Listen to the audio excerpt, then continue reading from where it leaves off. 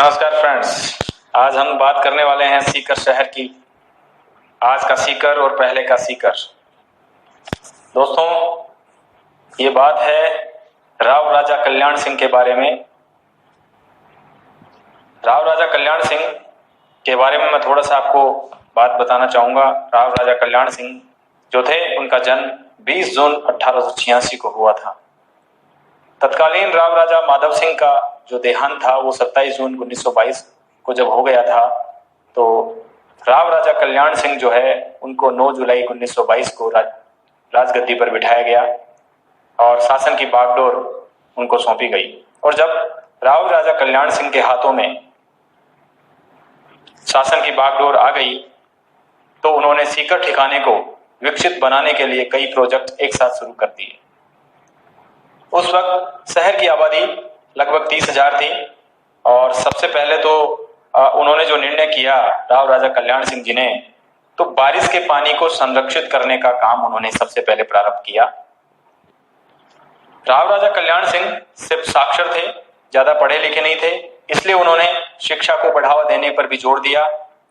और इसके अलावा राव राजा कल्याण सिंह जी ने बहुत सारी ऐसी जो विकास की योजनाएं हैं उन्होंने अपने शासन में रखी, उनकी नींव डाली।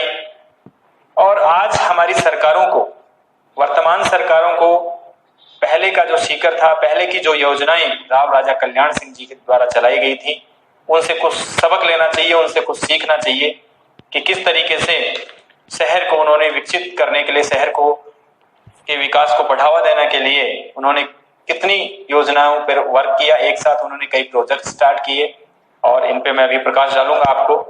लेकिन कल्याण सिंह जी जो थे, उनका देहांत 7 नवंबर 1967 को हो गया था। अब इन्होंने अपने जीवन काल की कुछ प्रकाश डालूंगा। इन्होंने जीवन काल में जो है क्या क्या विकास कार्य किए।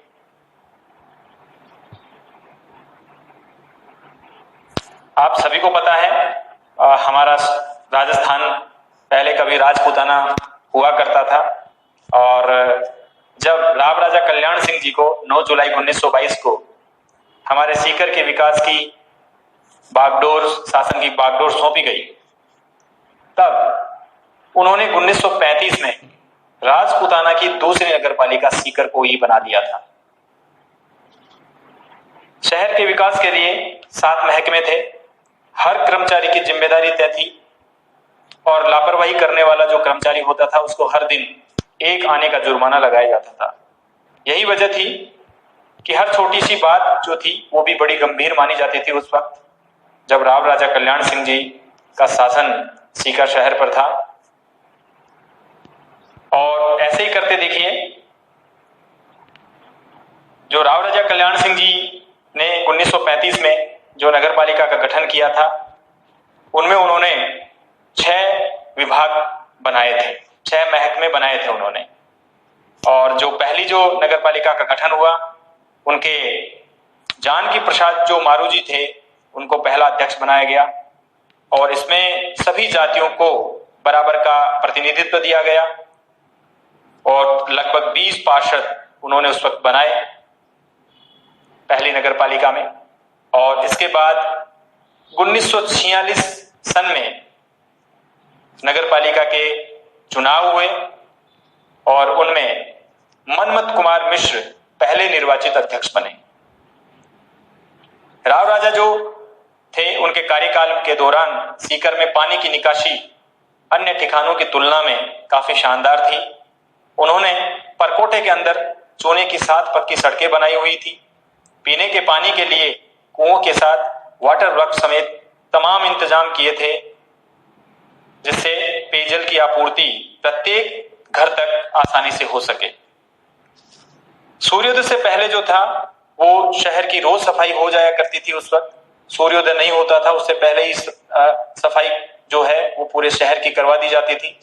सड़कों और नालियों जो होती थी उनके अंदर अच्छे सफाई होती थी। रात को रोशनी के भी बेहद अच्छे इंतजाम किए गए थे जो सड़कें होती थी, जो गलियां होती थी, उनके ऊपर लालटेन जो कि केरोसिन तेल या तेल से जलाई जाती थी उस वक्त, उसके लिए भी अच्छे प्रबंध किए गए थे, रात की रोशनी के लिए भी। इसके साथ राव राजा कल्याण सिंह जी ने हाई सेकेंडरी स्कूल और इंटर कॉलेज भी उस वक्त बना दिए थे और कई नहरों का निर्माण भी इन्होंने कराया था। इस प्रकार से राव राजा कल्याण सिंह जी ने अपने शासन में सीकर शहर को बहुत विकास दिया और ये सब आज की मौजूदा सरकारों को सीखने की जरूरत है। मैं कुछ उनके द्वारा कराए गए विकास के कुछ कार्य हैं उनके बारे में प्रकाश डालना चाहूंगा। ड्रेनेज सिस्टम, देखिए सबसे पहले उनका ड्रेनेज सिस्टम किस प्रकार का था, जैसे कि पानी का किस प्रकार से उन्होंने सिस्टम कर रखा था, संरक्षण कर रखा था, पानी का पूरा उन्होंने जो है कर रखा था। देखिए राव राजा कल्याण सिंह जी जो थे उन्होंने शासन संभालने के साथ ही भरतपुर की सुजान गंगा नहर की तरह परकोटे के चारों दरवाजों को कवर करते हुए सीकर ठिकाने में 2 नहरें बनवाई थी, जो 20 बाई 20 हाथ की पक्की नहरें थी दोस्तों। 20 बाई 20 हाथ की पक्की नहरें, क्योंकि उस वक्त हाथ बोला जाता था और अभी मीटर बोला जाता है। और परकोटे के चारों ओर बनाई गई जो 20 बाई 20 की जो पक्की नहरें थी, ये बहुत ही शानदार पानी संरक्षण का या ड्रेनेज सिस्टम का उस वक्त का बहुत अच्छा उदाहरण था। नहरों तक बारिश का पानी पहुंचे, इसके लिए भूमिगत नालियां बनवाई हुई थी। आज यदि हम बात करें वर्तमान जो शीतला चौक है, उसमें एक कच्चा तालाब बना हुआ था और इसमें सारे शहर का जो था गंदा पानी एकत्रित होता था। इसमें एक बच्चे के डूबने के बाद अंग्रेज सरकारी WT वेब के सहयोग से राजा कल्याण सिंह जी ने इंजीनियर राम प्रसाद सूद से नानी बीड़ जो अभी है उसके अंदर इस गंदे पानी को ले जाने के लिए नाले बनवाने के लिए जो है नक्शे बनवाए थे उस वक्त, कि किस तरीके से इस गंदे पानी को उस नानी बीड़ में पहुंचाया जाए।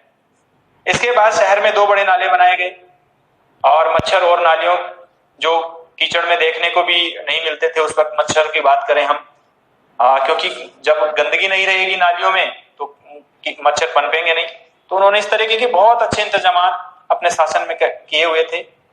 जबकि आज क्या है, आज पूरा शहर आप देख रहे हो कि राव राजा के द्वारा जो बनाया गया ड्रेनेज सिस्टम जो था उसी को फॉलो कर रहे हैं। पूरा शहर जो है आज यदि वर्तमान स्थिति 2020 की जाए तो पुराना जो ड्रेनेज सिस्टम जो था उसी को फॉलो कर रहे हैं। मौजूदा सरकारें भी उसी ड्रेनेज सिस्टम को फॉलो कर रही हैं। अब तक कोई भी सरकार जो है अपने तरीके से या कोई नई योजना लेकर इस पे काम नहीं कर रही।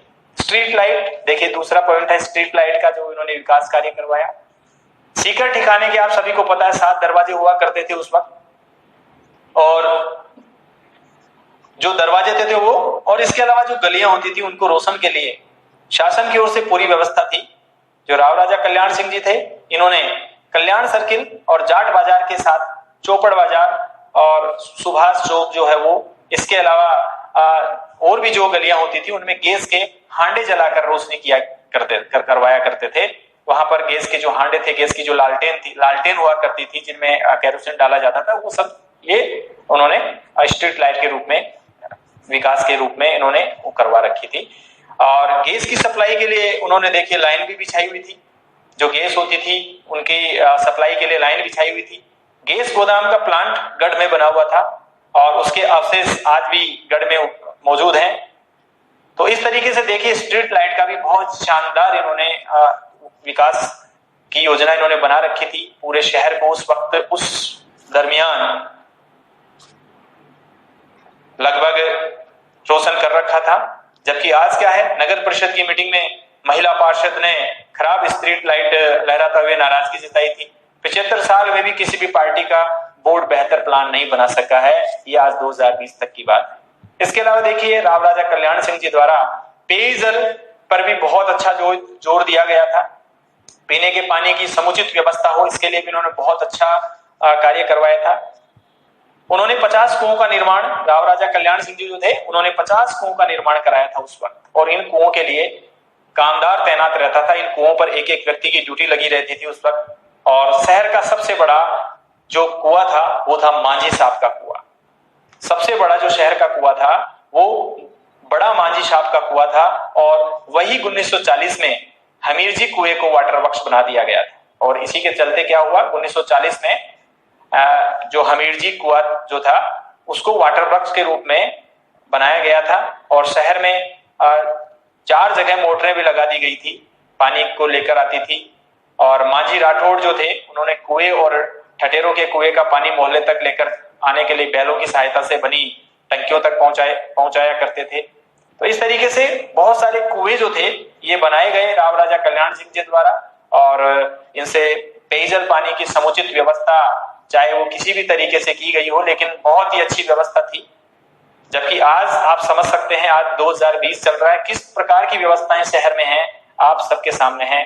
कई इलाकों में तो पेयजल जो सप्लाई है, नल लगे हुए हैं, बिल बराबर लिए जा रहे हैं सरकार द्वारा, पर फिर भी पानी उनमें आता ही नहीं है, नलों में पानी नहीं है और कहीं पानी आ रहा है तो गंदा पानी आ रहा है। ऐसी शिकायतें रोज आप देख सकते हो, न्यूज़पेपरों के माध्यम से, समाचार पत्रों में बराबर चलती रहती है, गंदा पानी आ रहा है और इसको लेकर काफी हंगामा भी होता है। इसलिए आज की सरकारों के पास इसको ठीक करने के लिए भी कोई प्रॉपर योजना नहीं है। इसके अलावा देखिए, राव राजा कल्याण सिंह जी ने शिक्षा के क्षेत्र में भी काफी अच्छे प्रयास किए थे, काफी अच्छे विकास कार्य किए थे। 1922 में माधो स्कूल के नाम से मिडिल स्कूल उन्होंने बनवाया था। 1922 में जैसे ही उन्होंने सत्ता संभाली थी, शासन संभाला था, उस वक्त माधो स्कूल के नाम से उन्होंने मिडिल स्कूल बनवाया था। इसके बाद में 1924 में कल्याण हाई स्कूल बनाया गया और जैसे आप समझ सकते हैं, भाजपा के जो संस्थापक पंडित दीनदयाल उपाध्याय जो थे वे भी इसी स्कूल से पढ़े हुए थे। आप सभी को पता होना चाहिए कि भाजपा के जो संस्थापक पंडित दीनदयाल उपाध्याय जी भी इसी स्कूल से पढ़े हुए थे और टॉपर रहने पर उन्हें हर माह 50 रुपयों की स्कॉलरशिप भी दी जाती थी, क्योंकि वो बहुत ही इंटेलिजेंट, बहुत ही बुद्धिमानी व्यक्ति थे और वो अपनी क्लास में भी टॉप थे और उन्होंने टॉप किया था और टॉप रहने की वजह से उनको 50 रुपए की स्कॉलरशिप और 500 रुपए का नगद पुरस्कार का वजीफा भी उनको दिया गया था। और इस 1930 में कल्याण सिंह ने श्री कल्याण जो कन्या पाठशाला है उसकी भी शुरू की थी। बालिकाओं के लिए भी उन्होंने देखिए बहुत सराहनीय कार्य किया। 1930 में उन्होंने कन्या पाठशाला की शुरुआत की। इसके अलावा 1946 में पहला श्री कल्याण इंटर कॉलेज भी उन्होंने शुरू कर दिया था। 1946 जो वर्ष था उसमें उन्होंने कॉलेज भी, इंटर कॉलेज भी उन्होंने शुरू कर दिया था। तो देखिए, ये शिक्षा के क्षेत्र में भी राव राजा कल्याण सिंह जी ने बहुत ही अच्छे विकास के कार्य करवाए। जबकि आज की स्थिति क्या है आप देख सकते हो, शहर ने एजुकेशन के क्षेत्र में वैसे तो काफी तरक्की बहुत की है, बहुत ज्यादा तरक्की की है शहर, सीकर शहर ने आज एजुकेशन हब बन चुका है। 2020 में सीकर शहर आप सभी को पता है। लेकिन समस्या क्या है देखिए कि एजुकेशन कॉरिडोर बनाने की दिशा में अभी तक कोई काम नहीं हो पाया यहाँ पर, क्योंकि सीकर शहर को हब बने हुए काफी टाइम हो चुका है। एजुकेशन हब के नाम से पूरे विश्व में इसकी पहचान बनी है, लेकिन इसको एक एजुकेशन कॉरिडोर बनाने के लिए कोई ना कोई ऐसा काम होना चाहिए था जो अभी तक नहीं हुआ है। अब हम बात करेंगे सड़क के बारे में। राव राजा कल्याण सिंह जी के समय में शहर का जो परकोटा था उसमें 7 सड़कें बनाई गई थी। सड़कें साफ दिखें इसका खास ध्यान रखा जाता था। सड़कें बनाई गई थी लेकिन इनके ऊपर सफाई का विशेष ध्यान रखा जाता था उस वक्त। और शहर की जो सड़कें थी उनके रखरखाव के लिए एक टीम भी बनाई गई थी जो हर दिन सफाई करती थी। थोड़ी सी भी टूट जाने पर तुरंत सड़क की मरम्मत की जाती थी इस टीम के द्वारा। तत्काल ठीक किया जाता था इसको, ताकि खराब नहीं लगे, सड़क जल्दी नहीं टूटे। काम में जो लापरवाही बरतते थे, देखिए सबसे खास बात है ये कि जब काम में कोई भी कर्मचारी लापरवाही बरतता था तो उस पर तुरंत कार्रवाई हो जाती थी, उसके ऊपर जुर्माना लगाया जाता था। जैसा कि मैंने पहले आपको बताया, 1 आने का रोजाना का जुर्माना उस व्यक्ति पर लगाया जाता था और भी कई तरह की व्यवस्था इन्होंने कर रखी थी जुर्माने के तौर पर, सजा के तौर पर। तो सड़क जो मैंने बताई आपको, ये भी उन्होंने अपने कार्यकाल में, अपना जो उनका समय रहा है शासन का, उसके अंदर बहुत ही अच्छी उन्होंने विकास कार्य की योजनाएं बनाकर शहर को चमन रखा।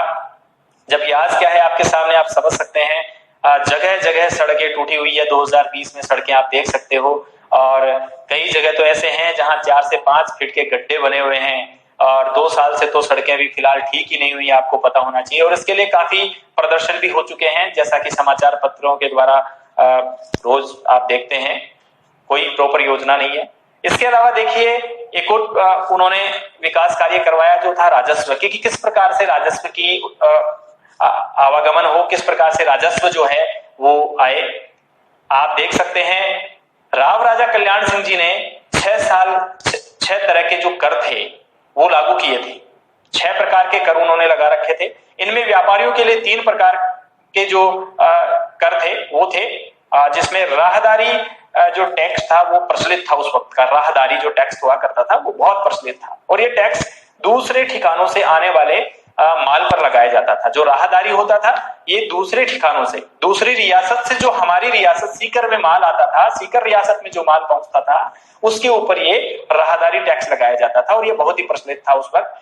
और इसकी 3 दरें थी उस वक्त, जैसे 6 रुपया 25 पैसा, उस वक्त 6.25 रुपया लगता था, और 1 रुपया लगता था, और 3 आना टैक्स लगता था। इसमें अलग अलग टैक्स इन्होंने स्लैब बनाए हुए थे, जिसमें सबसे पहला जो था वो 6.25 रुपया था, फिर दूसरा 1 रुपया था, और तीसरा 3 आना टैक्स लगता था उस वक्त। धुआं फैलाने वाले जो वाहन होते थे उस वक्त, जो धुआं फैलाया करते थे, या जो धुआं फैलाने वाले जो भी होते थे, धुआं फैलाने वालों पर साल का 1 रुपया टैक्स लिया जाता था। जैसे कि कोई भी कल कारखाना हुआ, कोई भी ऐसी व्यवस्था हुई, उद्योग धंधा हुआ जहां से धुआं फैल रहा है, उससे सालाना 1 रुपया टैक्स का लिया जाता था। और वहीं पट्टा और हासिल जो होती थी, उस वक्त हासिल चलती थी। और खनन जो टैक्स होते थे, खनन का मतलब आप समझते हैं, कोई भी जो खानों में से कुछ भी निकाला जाता है, पत्थर चूना जो भी है, उसके लिए भी उन पर टैक्स लगाया जाता था। लेकिन ये टैक्स क्या था? ये था नमक का टैक्स।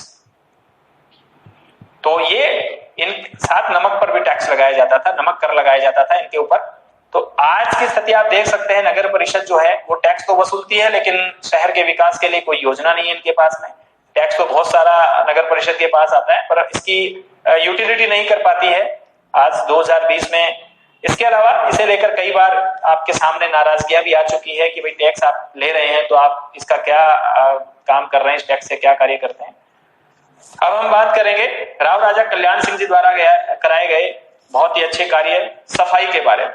देखिए, राव राजा कल्याण सिंह जी के समय सूर्योदय से पहले ही नगर की सफाई हो जाया करती थी। इसके लिए 40 सफाई कर्मचारी तैनात किए जाते थे, और कर्मचारियों की जो टीम थी वह सही ढंग से काम कर रही है, इसके लिए 3 स्तर पर सफाई की जांच होती थी। उस वक्त 3 स्लैब बनाए गए थे, 3 स्तर बनाए गए थे, 3 लेवल बनाए गए थे।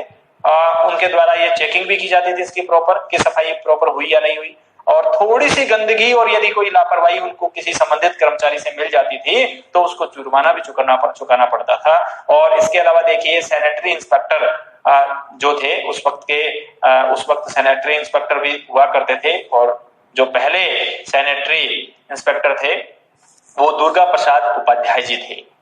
जबकि आज आप देख सकते हैं स्वच्छता के रिकॉर्ड के अनुसार यदि सीकर सफाई व्यवस्था में प्रदेश में दूसरे नंबर पर है, लेकिन डोर टू डोर सफाई व्यवस्था में शहरी सरकार फेल साबित हुई है, ऐसा सभी समाचार पत्र कह रहे हैं। तो फ्रेंड्स, आपको मैंने ये सीकर शहर से संबंधित एक बहुत ही बेहतरीन जानकारी दी। आपको ये जानकारी अच्छी लगी हो तो कृपया इसको आप और भी लोगों तक पहुंचाएं, ताकि हमारे सीकर शहर के बारे में जो राव राजा कल्याण सिंह जी द्वारा कराई गई जो विकास की कहानी है उसके बारे में लोगों को पता चले कि उन्होंने किस प्रकार से हमारे शहर का विकास किया था। Thank you so much.